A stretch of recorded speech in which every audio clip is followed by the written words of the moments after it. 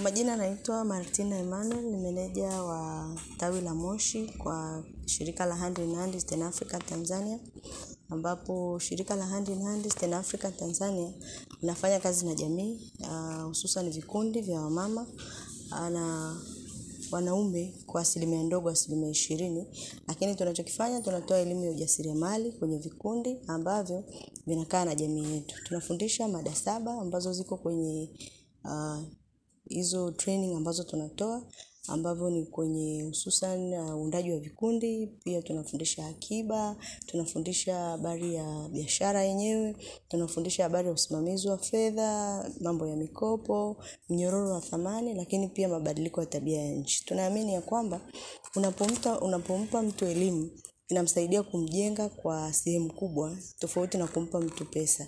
Elimu atabaki nayo, atajifunza kwa wakati ambao atakuwa nao muda mwingi, hela ataitumia leo na kesho itaisha. Lakini ujuzi utabaki na yeye siku zote kwa ajili ya kumkuza kwenye biashara ambazo anafanya.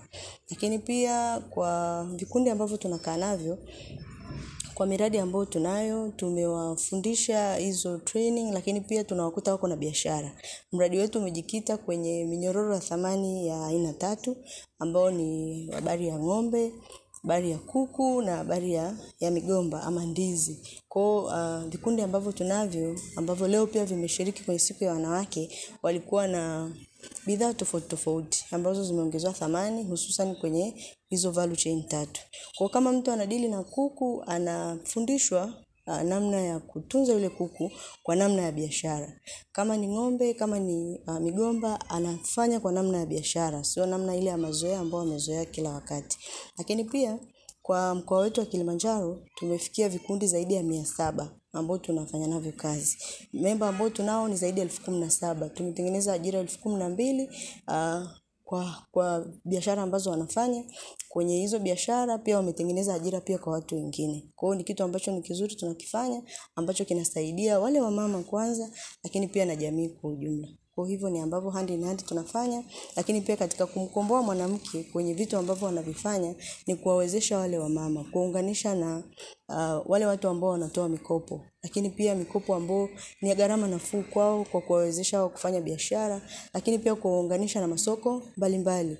Kama leo tulichokifanya, pamoja na kwamba wameadhimisha siku ya wanawake, lakini pia imekuwa fursa kwao kuonyesha kile wanachokifanya, lakini pia kuuza kwa wale watu wengine.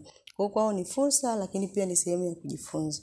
Kwa ni namna ambavyo Hand in Hand tunafanya. Kwa namna ambavyo tunajipima kwa biashara ambazo zinatengenezwa, kwetu sisi hiyo tunaona ni tumefikia kiwango kile ambacho tunakihitaji. Kutengeneza ajira 12,000 sio kitu kidogo. Biashara zile zinatengenezwa. Akitengeneza biashara anamwajiri na mtu mwingine. Mwenye kuku, mwenye migomba, inapokamilika shambani ama nyumbani lazima apeleke sokoni. Ile sokoni anapeleka bodaboda, tayari ametengeneza ajira. Kwetu sisi tunaona ni mafanikio makubwa kwa sababu jamii ya pale na yenyewe inafaidika, lakini pia kukua kwenye biashara. Tumefanya kazi Moshi DC, tumefanya kazi wilaya ya Hai na wilaya ya Siha. Kwa ukiangalia huko kote ni vijijini. Kwa Moshi Municipal vikundi tulivyonavyo ni vichache mno. Kwa sehemu kubwa tuko vijijini.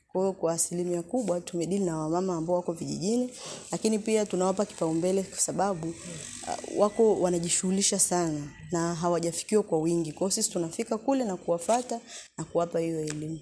Okay. Mipango yenu baadaye ni ipi?